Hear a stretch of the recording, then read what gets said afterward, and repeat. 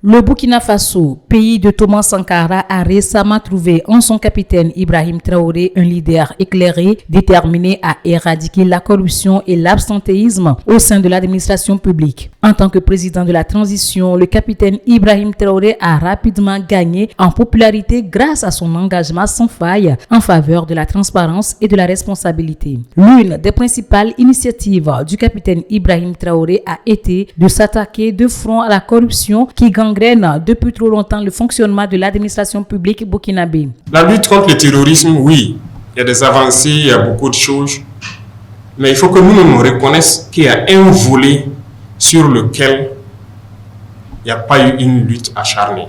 C'est la corruption, c'est la lenteur administrative, en tout cas l'administration en général. Ce volet, il faut reconnaître, ça n'a pas marché. Sa vision audacieuse vise à instaurer une culture de l'intégrité à tous les niveaux de la fonction publique. Le président Ibrahim Traoré a mis en place des mécanismes de contrôle rigoureux pour garantir que les fonds publics soient utilisés de manière transparente et efficace, éliminant ainsi les opportunités de malversation. Un des aspects clés de sa stratégie anticorruption est de dénoncer la propension à recourir systématiquement à des cabinets externes pour des travaux qui relèvent de la compétence et des obligations des cadres de l'administration publique. Le président de la transition insiste sur la nécessité de renforcer les compétences internes et de faire confiance aux fonctionnaires locaux pour accomplir efficacement leur travail plutôt que de dépendre excessivement de consultants externes souvent coûteux et parfois peu efficaces. Personne ne veut sanctionner. Tout le monde est assis, il est dans sa direction, les gens foutent la merde, ils ne veulent pas faire ce qu'il doit faire. Si moi je le sanctionne, on peut le licencier, ça sera de ma faute. Écoutez, il y a ce genre d'émotions-là, ça ne doit plus exister. Nous sommes un pays en guerre et on doit bien gérer les ressources. Et quand on dit gérer les ressources, ce n'est pas les ressources financières seulement, les ressources humaines aussi. Aujourd'hui, il y a tellement de lois qui ont été votées pour protéger les travailleurs. C'est très bien.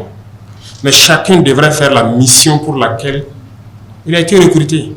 Sa vision de l'administration publique repose sur le principe selon lequel les agents publics doivent être suffisamment formés et dotés des compétences nécessaires pour remplir leur mission. En investissant dans la formation continue et en promouvant le développement des compétences au sein de l'administration, le capitaine Ibrahim Traoré cherche à garantir une fonction publique burkinabé capable de relever les défis du 21e siècle de manière indépendante. En mettant en avant le talent local, le président de la transition entend également renforcer le sentiment de responsabilité des fonctionnaires envers leur nation. Il encourage la prise d'initiative et la créativité au sein de l'administration, soulignant que la confiance envers les compétences nationales est essentielle pour construire un Burkina Faso prospère et indépendant. Le leadership éclairé du capitaine Ibrahim Traoré a déjà commencé à porter ses fruits avec des progrès notables dans la lutte contre la corruption et la réduction de l'absentéisme au sein de l'administration